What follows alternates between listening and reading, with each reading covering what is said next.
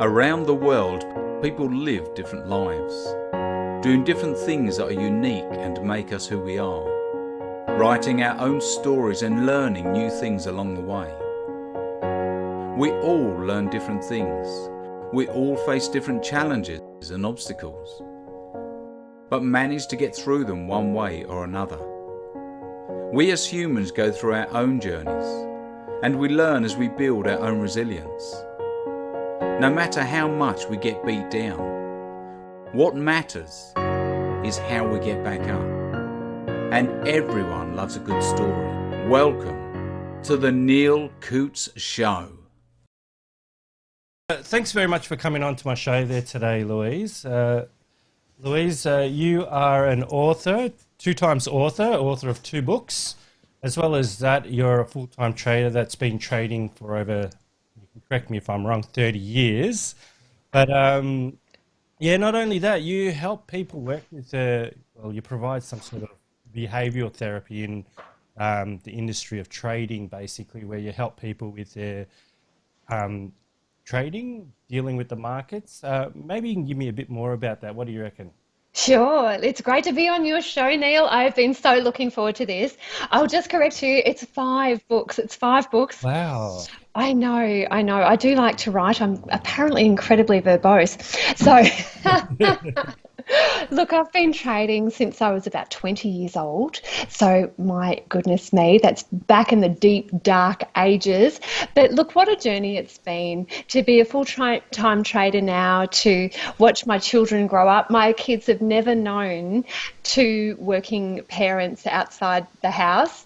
So, it has just been a joy. And to have this impact where I can help people learn about the markets and understand how they can make money has been terrific. So was it a scary journey at the beginning? Because that's, you say the dark ages, what was it like back then, And I'm tipping like what, 90s, maybe late 80s? 1990, yes. Yeah. Oh my goodness. So there was barely any information. There were barely any books. I remember I rang up America and I ordered a book when I first found out about candlestick charting. They posted it to Austria because they did not know where Australia was. Oh, for goodness sake. So I think that one of the things I've really enjoyed is seeing trading become more accessible to everybody. Right now, you can put on trades on your phone, on your computer. You can even phone a broker, which seems very old-fashioned now, but there are so many avenues for getting involved. So it's up to us to maintain the most extreme levels of discipline. We don't have the accountability that we used to have when somebody was looking over our shoulder. So we need to be our own best friend with this. We need to work to a written trading plan and to make sure that we have every box ticked before we put money into the markets. Yeah, because from what I've learned so far, trading is probably one of the only things, because you're relying on yourself, you've really got to keep yourself in check. And it's probably one of the things that a lot of people have trouble with because, there's a lot of emotions when it comes into trading, yeah? Oh, so many emotions. That's one of the things that I really love to look at. Having a degree in psychology and another in business, wow. I find that with the people that I train to trade, I like to run them through mazes basically and find out what makes them tick. So I've run some huge surveys into the differences between male and female brains in terms of trading, about people's greatest fears when it comes to trading and their self-sabotage, the things that can really hold them back in the markets. So it's been fascinating to see. So when you started your journey into trading, was there not a lot of information around? Were people reliant on their employers to teach them? Because trading it is in the corporate world, because, they trade our supers and stuff like that. But for yourself and for others that started on this journey, was it not easy to get information? Did you have to go attend seminars or find people to teach you because information just was not accessible? Yeah, there weren't even seminars around back then. There was barely anything. I used to go down to the stock exchange in my lunch break, and I'd be there looking at a long line of men wearing navy blue suits with ties with a touch of red. And I'd be going, okay, what are they doing? How are they doing this? That's the depths of my ignorance. So as a result, it took me 3 years to work out what in the heck I was doing, and 5 years to end up leaving my job. These days, things can be done so much quicker. I saw the name of a person down the very back of an ANZ bank, and it had broker beside it. Yeah. Now, just as a bit of personal information, I'm married to a person called Chris. My business partner, a person called Chris. That broker, his name was Chris. I felt like I was in a very good, healthy environment of Chris's.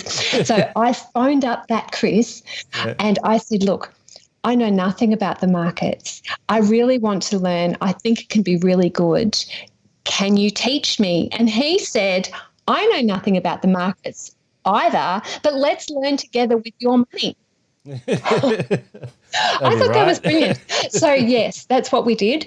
We learned together with my money. I had a running partner. I had somebody who was caring, who wanted to find out about different techniques, and we experimented a lot. It was quite a long time before I even understood what a stop loss was. I had no idea about an archetype, that perfect share chart that you need to pursue to be able to put money into similar share charts. I didn't know about position sizing. So I was the queen of ignorance to begin with, Neil. It was a very dark time in terms of trading, but I could sense there was something there and I was excited for it. I felt that if I could learn how to make a full-time income alongside my job, alongside my husband's job, it would be like there's 3 people earning when there's only 2 of us to spend it. So what's not to like? That's true. You know, you're not wrong there. So it all started more as like I don't know if you mind me using the word side hustle. Was it something that was... It was definitely a side hustle, yes. Yeah, so it started like that at the beginning because like what quizzes me is like, because I read somewhere that you were in the corporate world prior to trading. So like most people would say you're crazy to leave that job. I don't know if you had any family members that would say that to you, but many people would go down the route seeing, you know, being in a corporate job successful, where you chose to go against that and take a different career path or change in the midst of your career path to get into the world of trading. So like what I'm trying to get at, what motivated or what inspired you? What gave you that itch to go, you know what, I want to leave that behind and get into this male predominant industry, which is when you started, yeah? Yeah, absolutely. Look, I wish it was such a studied, structured view here.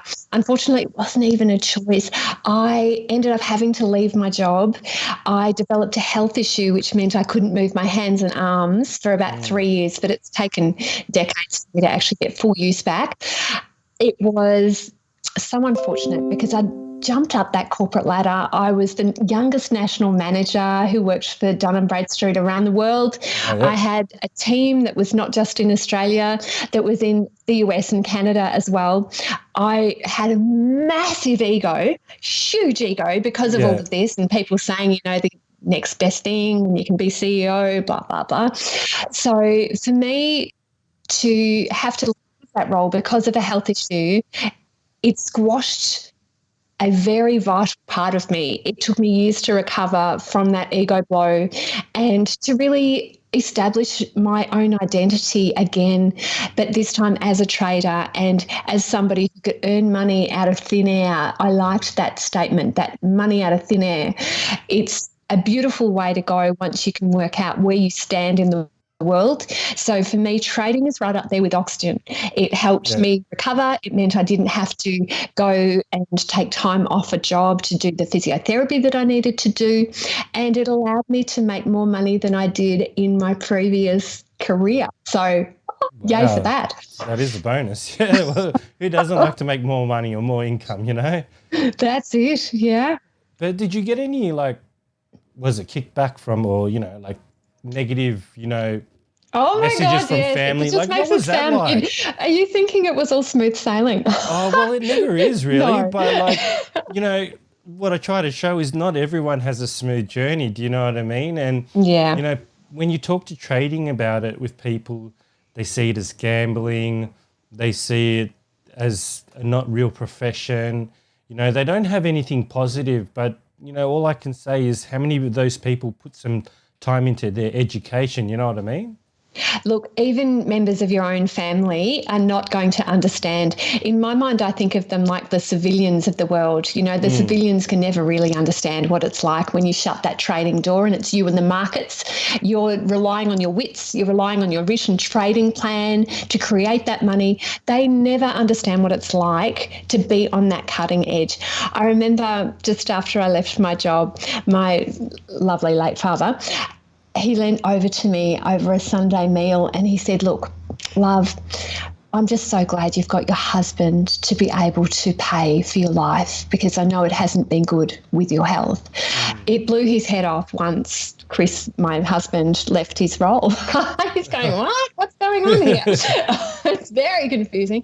So I think we have to guard ourselves against those people that can take our light and take our joy, that don't see their future going in that path when we can see our future so very clearly. We have to be very careful who we associate with and the messages that we're taking in unconsciously. Yeah, all right. Well, yeah, I'm always find myself on the defensive when talking to people about it. And at some point, you just don't want to talk to them anymore about it, you know. Like you get a little bit of excitement within yourself because you can't help it. It's the emotions of trading. But yeah, it just really hurts when, you know, you try to show the light, but they don't want to see the light. They just want to see the darkness, yeah? Yeah, I agree. And we have to be very careful. If we think about a dream is the most fragile when it is first birthed. So if you are starting out on this trading journey, you're going to have a lot of people trying to take that dream away from you, and you're going to let them because you don't know any better. Down the track, once you get more experience, you become bulletproof. So firstly, be careful who you talk to. Make sure that those people are either in a position to help you or they're in the same arena as you, that where you want to aspire to be. So I think that's very important. And secondly, you need to develop some skills and some tools to be able to help you if you do get those negative voices coming at you. I'll give you perhaps one now, Neil, that you might like to play with. Yeah. I call it the bubble technique. Now, I use this with my sister a lot, even now. So, yes. So I've got 3 sisters, and one of them in particular can be, well, quite cutting and sarcastic, and I struggle with that. I even struggle understanding sarcasm until like an hour later, and then I go, hang on, you know, that's not good.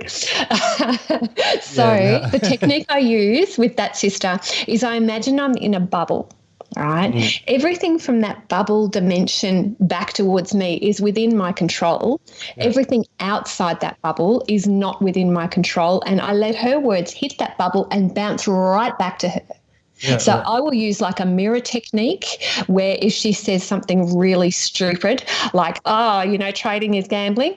Oh, I'm glad that you've thought that through and you think trading is gambling. And then I'll change the topic. I'll mirror it back and I'll move on, because you're not going to convince those people. They are never going to see your point of view. You need to protect yourself with a method to stop letting that through to your vulnerable, tender heart, because that's what's going to hurt you yourself. That is really what's going to hurt you. If you jump up so high and you keep on blocking your potential, my goodness, that's not going to be a good future for you at all. So, watch who you speak to and use the bubble technique. Yeah, so really I think one of the key things is, understanding how to protect your mental health, especially when you're in this sort of industry, because like you say, you know, I guess, you know, people have a lot of things to say. You sort of listen to them, acknowledge, let them know they've been listened to, but not really take it to heart. So like they used to say, let it go through one ear and out the other, yeah? And block them off really fast, really fast. Like, don't let them, because I think what we have in a part of being human is that empathic vibe, where if we tolerate things, then we will get more of that. And I talk about this in my book, Trading Secrets, as well, where it's really important when you're starting out to be very protective of your own mindset and your own thoughts, because you really can get derailed, and it can happen very quickly, and it can happen even on a subconscious basis. You can totally end up somewhere where you don't want to be in 5 years' time because you listened to that one uncle or that one sister. Yeah, no, I get where you're coming from. Yeah. So you said earlier you did psychology. You got a degree, was it? Yes, I do. I did 4 years of psychology. So this stuff really helped you within your trading journey, did it? Look, some of it, but I think a lot of it is learning on the job. I do find that I need to think about how do I bring input into my mind that's very positive. So I always suggest people listen to resources like your show, Neil. I mean, you're doing a public service here, man, bringing this information to the world. I love it. My podcast, talkingtrading.com.au, I feel the same way. I think that's why you and I click, because our values are so similar. We have that view that, hey, we'll get the education if we bring on somebody to interview, but we'll also spread that to people that we care about as well. 100%. 100%. You know, like that's what I take the show for, is the opportunity to meet with different people, learn, because we've all got something to share. There's all something we don't know, but we can learn from each other. And yeah, like you said, why not share it with the world? Because, if I'm looking for the answers, I'm sure there are other people out there looking for the same answers too. You know what I mean? Totally. And I think that is where it's a beautiful thing, because you've managed to get your ego out of the way. You know, I often think in terms of like a continuum, if you've got confidence on one side and shame on the other, that shame can really stop us from asking the questions.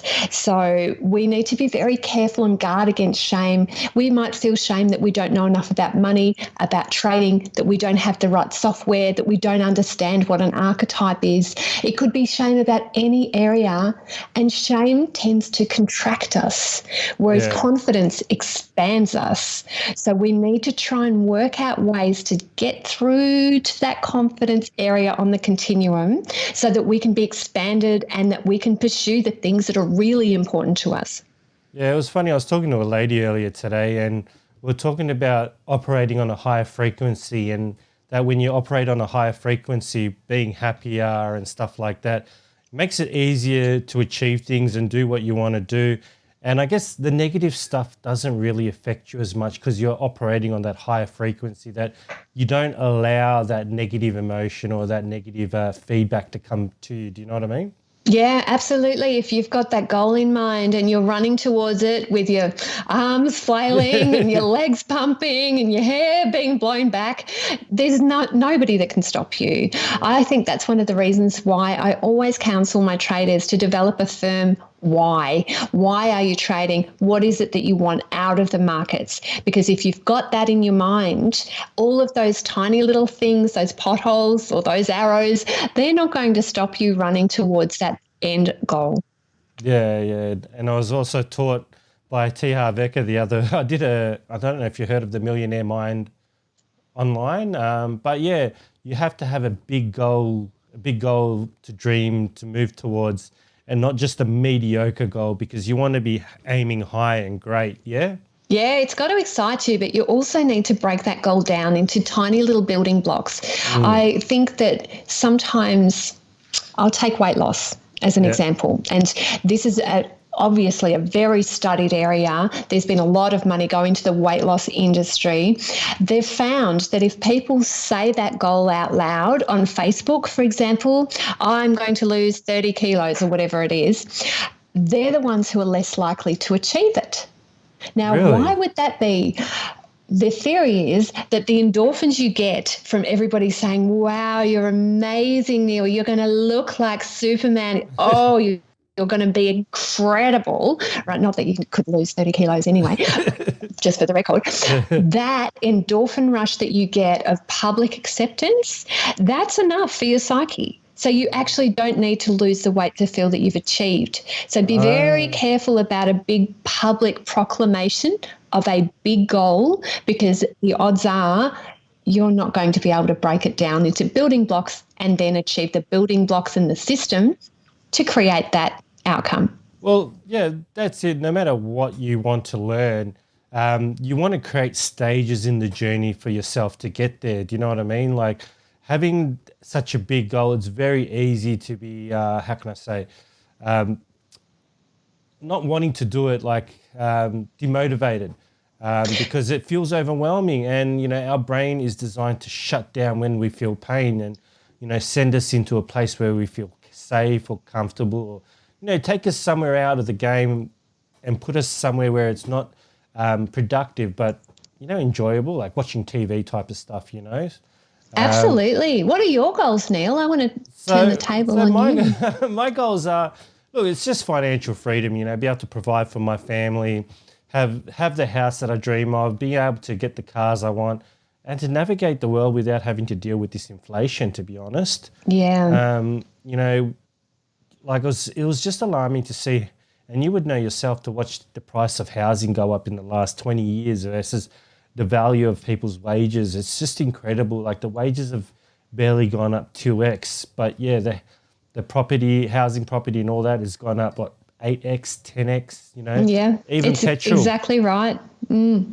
So, that's why, like, I'm trying to, I'm, interviewing people of success and stuff like that, is to see what they've done to achieve, get there, get their way there, and then, basically learn off them. And yeah, I love it. And I would encourage you to break that down. So I think having a big goal like that, yes, it can be very motivating, and the more emotion you can attach to that big goal, if you can picture yourself a day in the life of Neil in 10 years' time, or whatever that visual is that you can get there, imagine all the emotions. What can you see? What can you hear? What can you smell? Really immerse yourself in it, and then come right back down and work out what you can do on a very basic level, bit by bit, to build up those building blocks.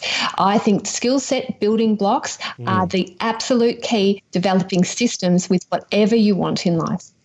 Yeah, no, like I've tried that a few times, the whole exercise, close your eyes, because once you don't see, you can feel what you imagining in your mind. Does that make sense? You can feel the emotion by just creating it, because the brain can't tell the difference once you close your eyes. But yeah, no, look, I've got to get a bit more back into that. But when you started in your trading journey, what were some of the challenges that you faced at the beginning? Like, because it wasn't all smooth sailing, you would have had obstacles, trades not working your way, not seeing the consistency you wanted to have. Did you ever feel any mental strain? And what did you do to get over No, it was this? just all so great. Yes, loads of mental strain. I think self-doubt is such an insidious, corrosive, termite-ridden area. As soon as you start thinking, can I do it, it can just eat you up. So I had loads of doubt because I didn't see many females achieving. I didn't know any full-time traders. I only had my broker's contacts to go on because I didn't really have any other trading groups, so I didn't have the support that was required. And I certainly didn't know that you could continue doing something like I'm doing and still get so much out of it 30 years later. I didn't know whether it was going to be a long-term type of process. So when I lost the use of my arms, I had that health issue and I had to leave my job. Even navigating how to trade with that was really hard. So I used to use a pen in my mouth and I'd dial the speed dial with the pen contacting the phone to be able to get my broker, and then I'd get him to do the maths for the position sizing. So I got really good with saying what I wanted him to do. And then he'd put the orders on, and I tapped on a computer to put it into my Excel spreadsheet with the pen in my mouth. So, yes. So all of that wasn't smooth sailing. I think one of the things, I'll just get back to my sister for the moment. One of the things that my sister said to me fairly recently was she was talking about how hard her life was. And then she said to me, she goes, oh, well, you wouldn't know anything about that. You've just had such an easy time. And I'm like, what world are you on? My goodness me. Yeah. So people will always think their own journey is harder, and they'll always think other people get it easier. And I do love what you're doing with what you've got going on here. You're getting behind the scenes. You're sort of pulling back those curtains. Yeah. And you'll really see that I bet you there's nobody that sat down and slid uphill. Yeah. Well, that's it. Like even the main trainer in my trading academy, he has similar stories too. And it's just like, well, you're a bloke, so I want to hear what a lady has to go through. Do you know what I mean? Especially someone that was in a male-predominant industry at the beginning. There were no women around at all. It was very, very bizarre. Like, I'm like, what is wrong with you women? And you know what? Even now, Neil, I find it strange to me that there is still an imbalance. So just to give you some figures from my tradinggame.com.au group, there's roughly 70% men and 30% women. Now, those women, though, even though they're fewer in number, they actually outperform the male traders. So on average, they're making 2% more a year. And when you look at it compounding, that is a huge amount. They take longer to get involved in the market, so they're a little bit more conservative. But when they do get involved, they are quicker to make a buck because they're following a very specific written trading plan. So what's the difference between men and women? Because I did want to ask you that, especially considering you said you did the survey on looking in the characteristics of men and women. Because I always believe, I don't know where I got it from, but I always had this notion that women are actually better traders than men in a male-predominant industry, which is quite hilarious when you look at it like that. Do you know what I mean? Yeah, you're right. I think a lot of women are lacking in confidence in general, and because it is a male-dominated industry, it can feel like we are not as accepted. You know, the plus, though, with everything going online and with us being able to access all of the information we need through our own computer or even our phone, that has leveled the playing field immensely. Now it's down to psychology. So how can you spread your wings, cheeky babes? How can you actually say, I'm going to do this and nobody can stop me, and I'm going to draw on the support of a mentor, draw on the support of resources such as this and resources such as my podcast, so that you have the ability to be able to see further. I think a lot of people, if you're looking at that kind of shining a spotlight in the dark, it's okay to shine it just a little way. You don't have to shine it for a huge goal if you're not ready for that. Even if you're just ready to make a list of the things you need to do to be an effective trader. Maybe you need to start out reading some books, listening to some podcasts, getting a charting package, finding a place where you can actually process your orders. So whether it's shares or perhaps CFDs, you know, they're the basic things that you can do. And really, there's no point in letting anybody stop you from doing that. To me, just, you know, you've got to some extent go, the rubber meets the road and I'm on. It's me. I'm the star on the stage, baby. So do you get into like, how important do you stress journaling? Like, how important did you have issues with journaling at the start? Like, not a lot of people generally talk about journaling. I love journaling. Oh my gosh. In fact, I'll just show you my journal. It's right beside me. So after 30 years, you still got a journal. Look, I have journaled since second year uni. Yep. So it's been a very long time that I've journaled. I read a book, The Artist's Way, and it really influenced me to be able to go, okay, journaling can actually be the cheapest therapy you can ever engage in. So I think everything is very important to write it down so that you don't have to have it going around in your mind. But I want to take this from a trading perspective as well. That's what I was talking about. Yes. Yeah, like trade journaling. Not a lot of people, they think they just throw their money. Yeah, the information stays in the back office of your platform and you can look back at later, but it's not the same as having calculated data in front of you, you know, and a lot of people don't like to do it. But like, what's your view on it? I think it's really important that you keep a record of every trade that you've taken. And when you close that trade out, say to yourself and write it down, what did I do well and what should I have done differently?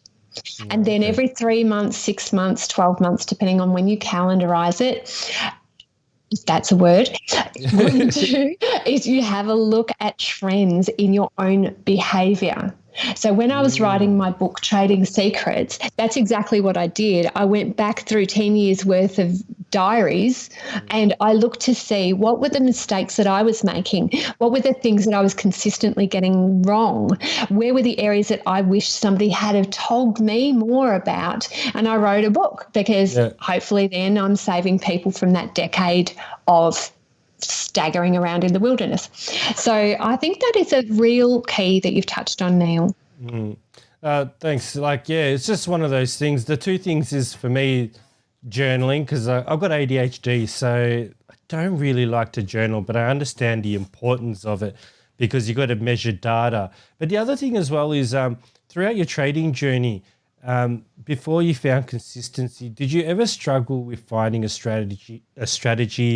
Because strategy and trade plan are two different things, yeah? Yeah. So did you, how did you come about and when did you finally feel like I finally got what I want, or when did the penny drop? Strategies. I've got a tip that you might be able to use in your own trading that I think can really help. You know, like when you've got your scan and it comes up with the potential trades that you can take throughout the week, and you'll maybe take 1 out of 10, let's say, I don't know how many come up on your scan. What I'd suggest you do is you monitor the other 9 over time and have a look to see whether there are any gaps in what could have been. It's almost like a sliding doors moment. If you had have got involved in that share, where would that have led you? Now, that's going to give you a lot more confidence as well, because the odds are you will be bringing a utility to your decision making. I mean, ideally, the shares or positions that you're entering will have made more money than the positions that you rejected. But if they don't, that gives you a lot of good data. That's a very specific piece of information. Maybe you need to get your head around a more mechanical way of examining the information. Maybe there's something in your scan that isn't quite tweaked. Have a look at the ones that the fish that John West reject. Have a look at the ones that Neil Coutts rejects and see if you can spot any trends in that as well. So looking for familiar characteristics in the other trades, even if you don't enter. I'm always one that even if I chart it up, I'll mark out as if I was to take the trade even though I didn't. Sort of like paper trading, and then what I'll do is I'll basically just go back, have a look, see if it was successful, if not. But I've never really tried to find a regular characteristic that I've found successful, but giving me that idea, it's probably something I will look at now every time I look at a potential trade, is to find characteristics, I know some people like to look for divergences and stuff like that. I think you with yourself, you like to see volume as well? Yeah, so I've got a few things that I look for, but I'll perhaps, because I have a feeling there's something that you're not doing, because I remember one of our other conversations and I want to actually highlight some areas that perhaps everybody can learn vicariously. So Neil, can you remember us talking about archetypes?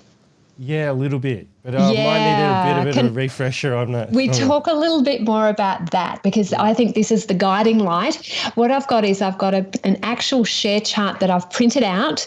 It is the example of the perfect share trade. Like if you were going to marry a share chart, that would be it, baby. It's got everything you're looking for, the full checklist. It's tall, dark and handsome and divine, okay? So you've got that perfect archetype. And it's also got the description in a checklist form to say it's got this, it's got that, it's got this, it's got that. So you've got the visual and you've got the written, Okay? Different parts of your brain get occupied by that.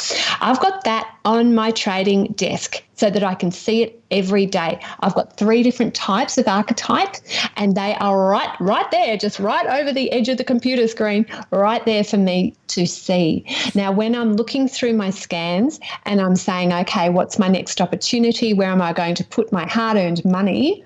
What I look for is an exact match to one of those 3 archetypes. I'm looking for it to have either a breakout, a retracement, or a reset. And those are those 3 archetypes that I mentioned. That is gold. That is absolutely what I think you should be doing.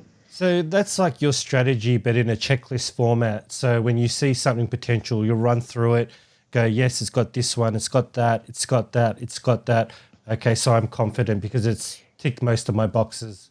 So that's more the analysis part. Strategy comes next. So once I've worked out that, yes, this is the position that I think would be, gorgeous, then I look at the strategy and I say, how can I make money out of that?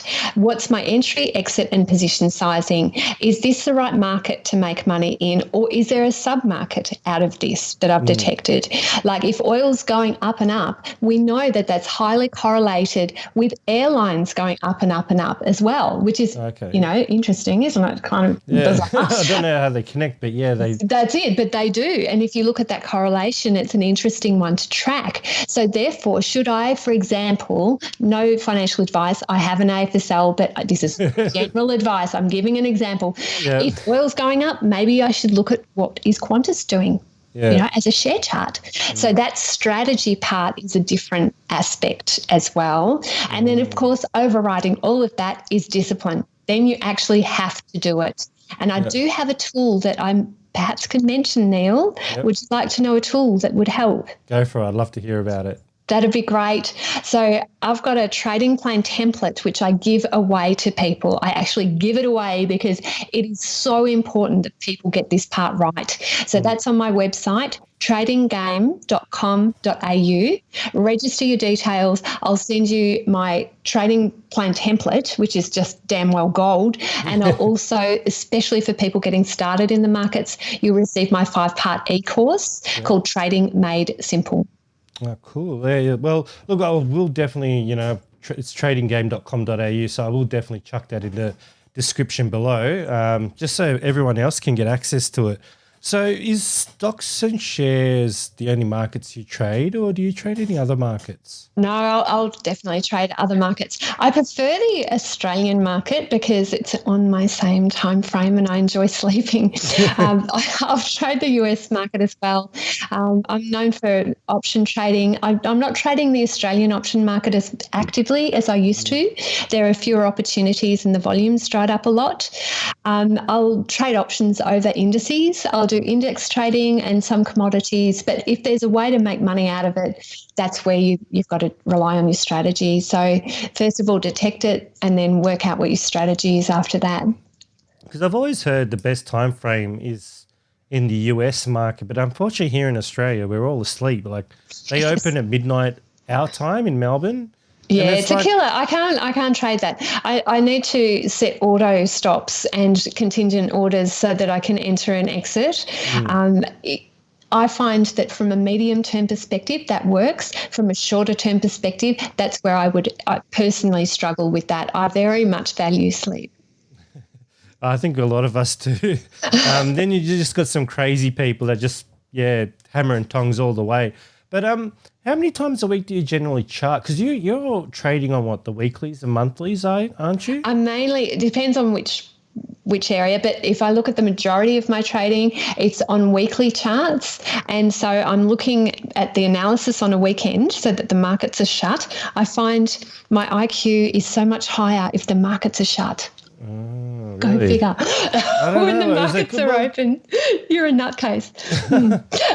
Well, you're seeing price move, and then you start to, that's where discipline again. You got to, keep those emotions in track because. Yeah, I get a bit hypnotized by it all, frankly. So it's far better for me to do my analysis outside of market hours, and then to set my strategy for that week. So I've got auto stops to take me out, some contingent orders if I'm not going to be awake to get me in, but mainly I'm entering into the Australian market on a weekly chart physically myself, like actually putting the market order in. So you basically, so you do all your trading work with your clients during the week, and then on the weekends, you're analysing charts, putting your trades in or getting them ready, and then you continue on with your next week after that. Yeah, I love it. It's a lovely way that I find I can focus when I really need to focus, but then I've got a lot of time left over for the rest of my life, which suits me. That's the beauty of trading, I guess, having that all that extra time that you're not actually trading time for money. You're just being able to do whatever you want with your time, as long as you put away a couple of hours a week. Yeah, that's it. And I do think people underestimate the importance of that. I've actually just seen a survey where they've looked at, are you overcommitted or are you undercommitted? Because there's a happiness level of, if you have 2 to 5 disposable hours every day up your sleeve that are non-committed to other people, that is the happiness combo that you're after. Now, if you look at it, a lot of people don't have 2 to 5 hours a day to themselves to do with what they want. And it's a travesty. Trading is your way out of that. You might have to work a job alongside trading for a while, but once you're at the point, if you decide to leave your job or to cut back on hours, trading's a fantastic method of doing that. I don't know any other better. I was talking to another guy a couple of months ago, and we were like, it should be a prerequisite that you have a job when you enter the game of trading, because otherwise you'll have all this financial pressure if you quit your job, basically. But at least if you've got that job on the side, and like yourself, you're only spending a couple of hours a week, you can make the best of both worlds. And eventually, once your trading income can outweigh the income that you earn from working, then you can basically leave that job, I guess, and go full time and be able to do like one guy that you were interviewed by, Etienne Cret, where he all he does is travel through Asia, Yeah, how good Forex. is that? Yeah. And I do think there's an aspect to this as well. The concept is scared money never wins. So if you are feeling nervous, money just flees need. If you've got an income coming in, that can soothe a lot of emotional distress. And what I do suggest before people leave their job is that they bank their primary source of income and live off their trading income for a minimum of 1 year. That teaches you that you can make money out of the markets, you can survive. You've got like different things that come up on a yearly basis, like maybe some insurance bills. You've got things that come up short term as well. That gives you that focus to know that you have the ability to make money from the markets and sustain your lifestyle. So money management and basically budgeting is a really big, important part of a trader's life, yeah?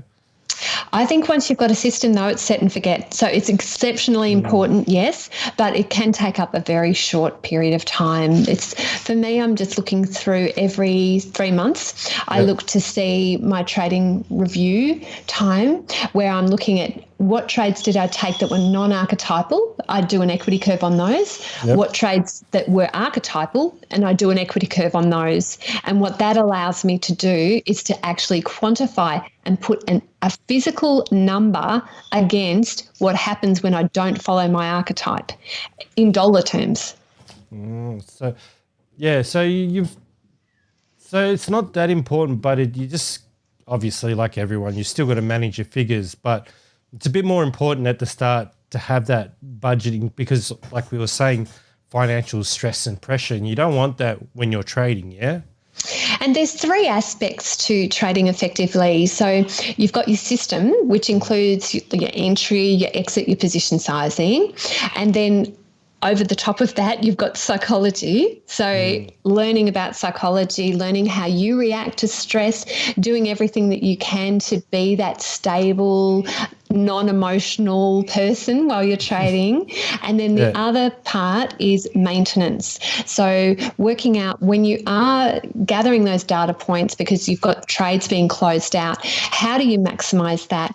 What's your money management around that maintenance component? And that is really those three areas that I can, like, if you give me your results, okay, Neil, imagine that we were doing this. Imagine that you've given me your results and I can have access to your equity curves, what your archetypal trade is and how many were non-archetypal, your average hold time, those type of components. If you give me those and I interview you, I can guarantee I could tell you what your problem is. It's either system, psychology, or maintenance. It's one of those three. I'm going to have to take you up on that offer, but we'll talk after this. Oh, definitely. So how long do your trades normally last? Because you're trading on the weekly time frames. My current average for my weekly system is 26 weeks. It's come down a lot because the markets just went and crashed themselves. Yep. So that's unfortunate because some of my longer term ones I was taken out of, but surprising how many of them they just are continuing to pump along. So yeah, go babies. I barrack for them. I always say it's like you do your research and then you're backing your horses, but yes, you still got to have that, responsibility and have that stop loss in, because if it doesn't, there's no point being overzealous about something. You've got to be rational. Because at the end of the day, the market makers don't care if you're losing money, and you'll just bleed money. And you will, yeah. And all the exchanges care about is as long as you can stay in the game, because they just want to make fees off you. But, the market makers, they've got to put money in our super somehow. So, you got to protect yourself against them. You know what I mean? I always say it's like a bit of a cat and dog. Is it? Yeah, cat and dog fight. Yeah, I tend not to put it into I win, someone loses terms though, because I think sometimes that can be adversarial. And then if you are losing money, you actually feel like a loser. Yeah. So I tend to prefer more like a wave type of metaphor. So the waves come in, the waves go out. Sometimes you get a really big wave. Sometimes it'll just be a little paddle in the pool. So to be careful about the metaphors you're using, because you can actually sabotage your own psyche if you are thinking in the wrong way. How long did it take you to get over your psychology at this beginning? Like, because everyone has that journey, that challenge of getting on top of it. I love, Neil, that you think that I've got over it. I haven't. Nobody has. Nobody has. As soon as you think you've made it, the markets will smack you down, baby. I think it's not an appropriate goal to think in that way. I think it's far better to think of tiny incremental improvements, and that's where your trading journal can help, because you can look at that as if somebody else wrote it and it's only 6 months ago. You can look at it and go, oh my gosh, why did she do that? Fascinating. Yeah, like I always think you should never stop learning from what I've learned, from what I've watched and stuff. I've always thought you've always got to be a student. You can't think you've got it. You can't be think that you have the game in your hand, because like you said, you'll just from somewhere somehow will put you back in your place. Yeah, it'll smack you down, baby. Yeah, and the last thing you don't want to do is burn yourself out or burn your mental health out. From over expecting and then under delivering to yourself, because it's natural for us to want more. But that's why I say with trading, you learn delayed gratification in a world now where we no longer have delayed gratification. You're no longer waiting for your favorite TV show to come on, or you don't have to save up because you can go out and get credit. So the world is changing, but then, trading, it might not have changed, but you're always learning. Yeah, You know what and I I mean? think that's why when you look at some subsections of different industries, there are some people that do very well. Farmers are traditionally exceptional traders because of that delayed gratification. Physiotherapists and nurses and well, not so much doctors, to be honest, nurses, they tend to be exceptional as well because they see incremental improvements in their patient and then they apply that to the markets. Doctors sometimes come in and expect a quick fix, so they have to retrain themselves and they're quite subject to the halo effect, which means they think they've got the gift of God to go into the markets. And as soon as they go in, of course, the markets will realise they've entered. So that needs a little bit of retraining. Firefighters do brilliantly as traders as well. So it depends, like different walks of life. Like if you're in a job where you're made to wait, you would be a good trader because you were trained to wait. That's it. Exactly. I do find as well that we do take aspects of our own lives into the trading arena. So to become aware of that and to make it explicit, that is the key. Otherwise, you are subject to all sorts of subconscious things that are going to derail you. So I know we've been doing this for about half an hour now, nearly 45 minutes, but I've got a few more questions and then what I'll do is I'll wrap up. But I wanted to get behind what motivated you to write the book. I know you touched on it a bit earlier. You wanted to share what you'd learnt with other people so they didn't make the same mistakes. But was there any other motivations behind you writing the 5 books or more so like I'm trying to aim at trading secrets because was that your first book? Look, it's the first one everybody should read, there's no doubt, but it wasn't my first book. What happened was because I was making money out of the options market, my futures broker, he was the one that was transacting those options trades for me. And he was contacted by an amazing individual who's no longer with us, who is in the publishing industry, and he was asked for his top clients, and I was one of those top clients. Wow. So I was approached to write the book, and at that stage I had no idea that approach would take me off in this direction. And I thought everybody who got approached to write a book would write that book. No, apparently it's like 1 in 1,000. So he was approaching all of these people, and apparently I was the one that said, yeah, pick me. So, That's nice. so I wrote that options book because it was the area that my futures broker knew me for. That's probably why. I would have preferred to write The Secret of Candlestick Charting first. I love candles, love them. And in fact, I'm known as the Candlestick Queen, bringing the method to Australia back in the late 90s. They told me, though, that they wouldn't let me write that book because... Really? Yes, because they thought nobody would be interested in candlestick charting. All right, I know fast forward 30 years, everybody's doing it, but at that time it was not well known at all. So I wrote the second book in 5 weeks, Neil. I was crazy. I was like a woman obsessed. On a mission, huh? It just poured out of me. It was like it wrote itself. And then I wrote Trading Secrets, Charting Secrets, and the other one that I wrote with Dr. Harry Stanton, Let the Trade Winds Flow. Oh, yeah, I might actually have to look for that. I only saw there was 2 books. I'm going to have to do a bit of a deep dive and find out some of these other books of yours, but I'm sure you could tell me later and I could look for them. Yeah, but, come to tradinggame.com.au. Check it out there. Yeah, they're definitely. all there. So from writing the book, is that what led you into working with people? Well, what happened? That's a good question, isn't it? You're very good at getting my back story out of me, Neil. I see what you're doing here. When I couldn't move my hands and arms, one of the bits of therapy is to go down with a physiotherapist to a hydrotherapy pool and to move through water, because that was hopefully going to build some muscle tone.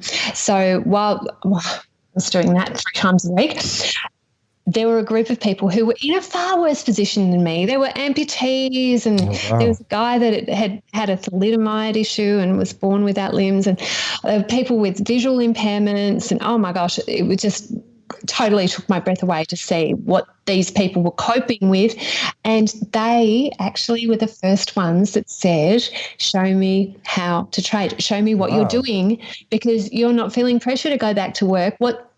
what's on, What's girl? the secret? Yeah. So I trained that group first, and some of them are still full-time traders that I'm in touch with.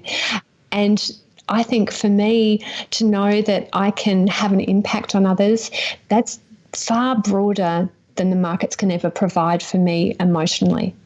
Yeah, I get that. It's very fulfilling to help others, and to give back and then see what's grown from that. It's like you've planted that seed and this tree's grown from it, and it's something to be proud of, I guess, because you for yourself, it's a warm feeling because they've listened to what you've said, had to taking it on, and I guess there's a bit of respect there. Yeah, it's not just like you tell someone, they go yeah, and then they forget about it tomorrow and absolutely. Like when one of my traders won the ASX competition, wow. Beating 10,000 other traders and just trouncing them, actually, I was so fulfilled. It was just amazing to know that the techniques that I had shown him had translated into winning that competition. And it was one of those times where I think we all want to be bigger than ourselves. We want to leave some sort of footprint, some sort of legacy. And it made me think that, hey, that is really where I'm spending my time now. That's where I'm at. I like trading for myself and my family, of course, because money's great. But helping other people achieve is definitely within the key for me. That's what I'm after. So with these people, helping people with behavioural stuff, what are the most common challenges you find with people? Themselves. You're just dealing with their personalities. No, they are struggling with themselves with trading. There's always something about somebody where that's their Achilles heel. And if you can point that out and touch their pain, that can actually lead them on to greatness. Some people are willing to listen and others are just going to block you and go, no, I'm fine. And it's a personal choice, isn't it? So I think for me personally, working with others, I really like people. That's sort of my thing. So I guess if people aren't listening all that much, but generally people listen to me. Yeah. No, the people side's great. Yeah, well, you'd think if people are paying for your service or for your knowledge that they would be listening, Yeah, you'd think, wouldn't you? Yeah. But are you telling people, you got to pull the horses back on your emotions? Yeah, it depends on the person, depends on what their situation is. I mean, often I feel like I can shine a light into a blind spot that they haven't even seen before. I think that is fascinating too, because self-knowledge is one thing, but to have a mentor actually point out that there's an issue, that can actually shortcut your learning process by a decade. Definitely. Like my thing is have an experienced mentor in the industry that you're thriving or striving towards. Surround yourself with like-minded people in that group or find a community. It was one of the things that I knew that was important with my trading journey, is finding a community, which is where I found the Elevate team. So basically, that helps shortcut your journey. But you find that people they just want to be in every trade, or they want to have a position in everything. And how do you tell them, like, look, you can't be in everything? Do you know what I mean? Overtrading is a problem. That is something that has really drained a lot of people's bank accounts, especially in times when their macro is off. And I'll just describe what a macro is in just a minute. So if positions are totally appropriate to enter and they're entering, I mean, that's the perfect match, isn't it? Yeah. So a macro filter is where you look at the overall indice of the area that you're trading. So for us, it'd be like the XAO, the ASX 200, and you look to see whether that is going up. If it's going up, then you're allowed to trade long in the things that make up that index. So that macro filter, there's a bit more to it than that, but people not following that macro filter, fighting against the trend, not trading when it's going up because they're scared, trading too much when it's going down because there's revenge trading. All sorts of things like this can actually really foul up a person's results. Yeah, I can imagine. There's a lot of things there that can affect you, and it's just about understanding all these different things and then being able to take control of it, I guess, So I know you were mentioning earlier that with your clients, or you say to people, even though you enter one trade, still watch the other 9 trades just to see what they do. But do you have any exercises that you get your clients to do,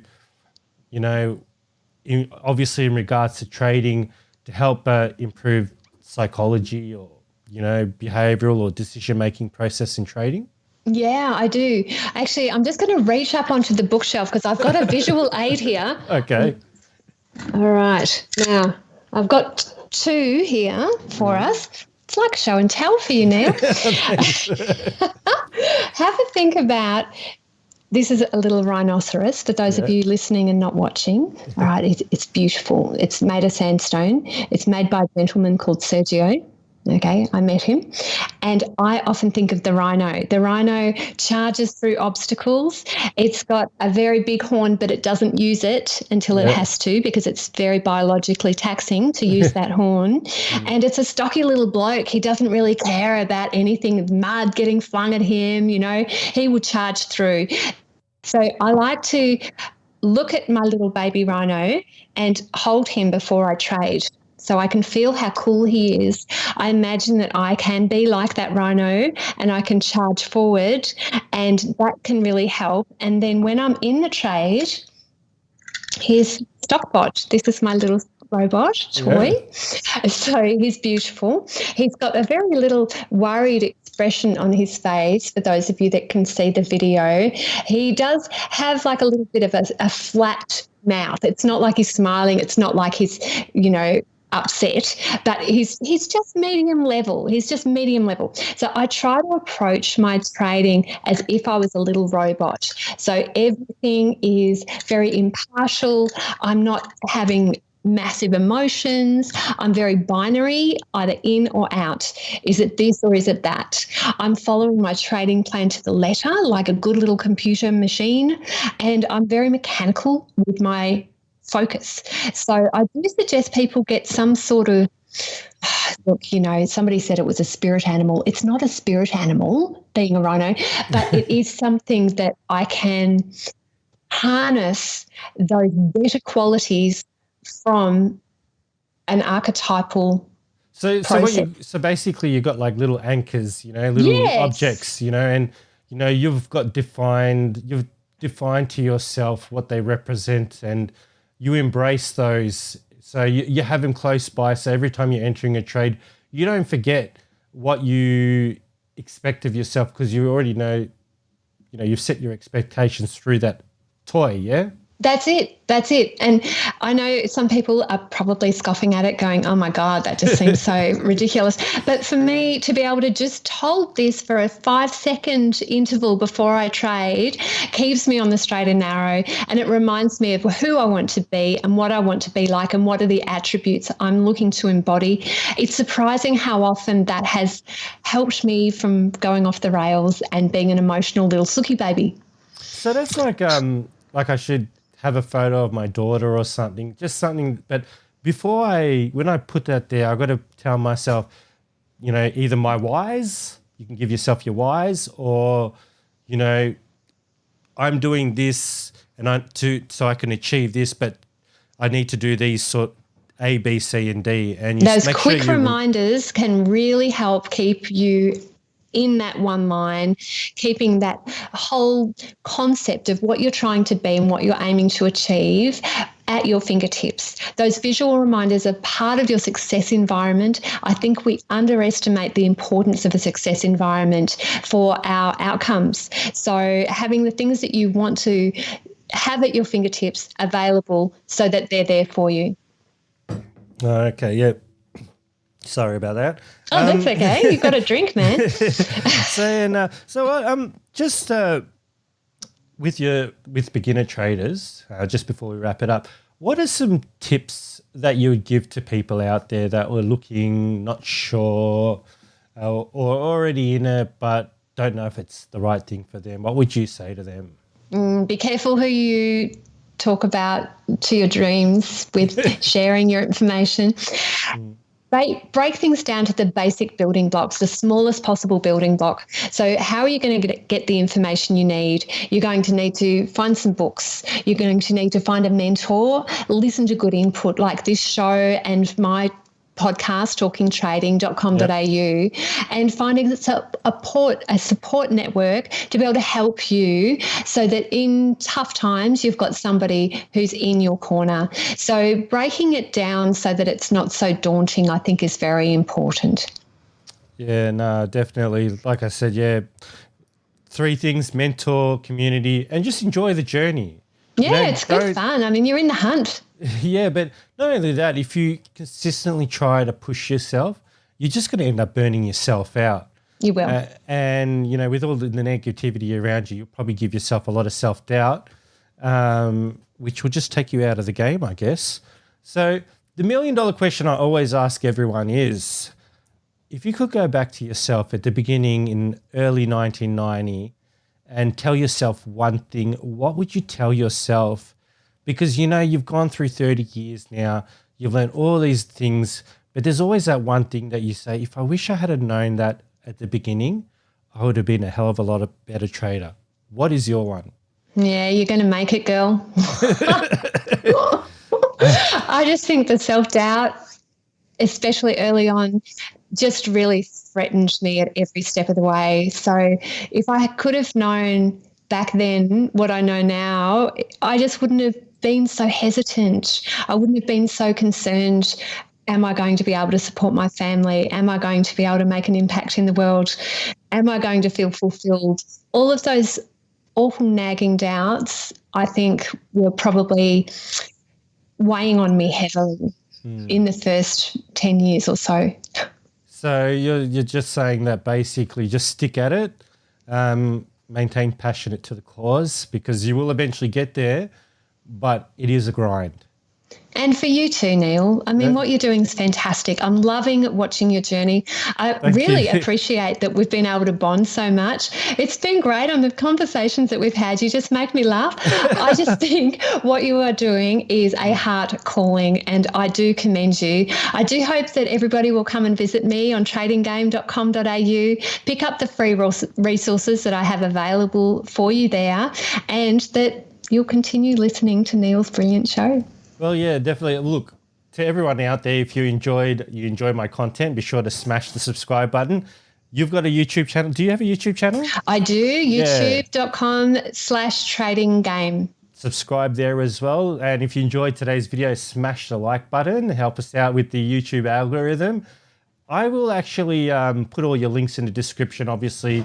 After this, when I'm doing the editing, I'll send you a little brief bio of what I plan to put on the YouTube video. But I'd love that. And don't they need to also touch that little bell? Yeah, Doesn't the bell come up with the new episodes? Yeah, that's what I did on your show. Awesome. Thanks for that. Yeah, hit the bell notification, definitely. So you can hear about, you get notifications on your phone when new episodes come out, or every time you come up on YouTube, we'll let you know in the notification there. But just one more thing. Do you have a routine, a daily routine? Like, is there something that, like, you recommend to a lot of people to have a daily routine, like to become better traders or to be mentally fit when trading? I go to the gym a hell of a lot, I've got to say. So usually I'm dropping off one of my children at school, and then I'm going to the gym, and then after that the markets are open, and then it's all on. So yeah, I am a routine person, but I'm very much a lists person. I know most people have a to-do list. I've got a ta-da list. Okay. So I follow my ta-da list very, very carefully. Okay, look, I'll wrap it up for now. But look, Louise, thank you very much for your time. We will definitely have to catch up for a coffee when I'm in the city next. I'd love that. It's fantastic, Neil. I've really appreciated getting to know you more. Oh, you're welcome. No, thank you very much for chatting with me, and for me to get to know you and learn a bit about your story. Not a lot of people know about it except for what you read in the first chapter of Trading Secrets. But, it's just being a lady, doing it 30 years ago, 40 years ago, the world was a bit rougher then, so it was a bit more daunting for women. And it just surprises me that you left a career path where, from what you told me earlier, you were pretty much up there, you know. And even after you recovered from your health issues, you could have still gone back into that world, but it shows that you've taken courage. You moved in a different direction. Even your accountant was even doubting you at one point, but you stuck at it, and you know you show that this is not just a male predominant industry. It's something that anyone can do as long as you got a laptop. You know, you've educated yourself. You know, you can make an income without being reliant on an employer or clients or anything like that. Do you know what I mean? Like, Thank you, Neil. You're a beautiful man. Thanks so much. You're welcome. Like, yeah, like, you know, tomorrow that you couldn't have any, like even during COVID, like you still had Zoom, but even if you had no clients, the markets are still running. Do you know what I mean? And there's still an opportunity there for you. So like, you know, with all inflation going on, you know, I really try to recommend people to actually have a look into it. And even if it's not your main priority, but it's something there that if all else fails, that you can, you know, you can grab a hold of it and keep moving forward. But, you know, people just need to understand that education's important, and it's not just about throwing money at something that you feel is going to go up, because, yeah, the markets don't care how you feel. Yeah. Great. But, yeah, look, thank you very much for your time. And, yeah, thank you very much for being a guest on my show there today, Louise. Thanks, Neil. Bye, everybody. You're welcome. All the best. And don't forget to subscribe and smash the like button. And thank you very much, and have a good day.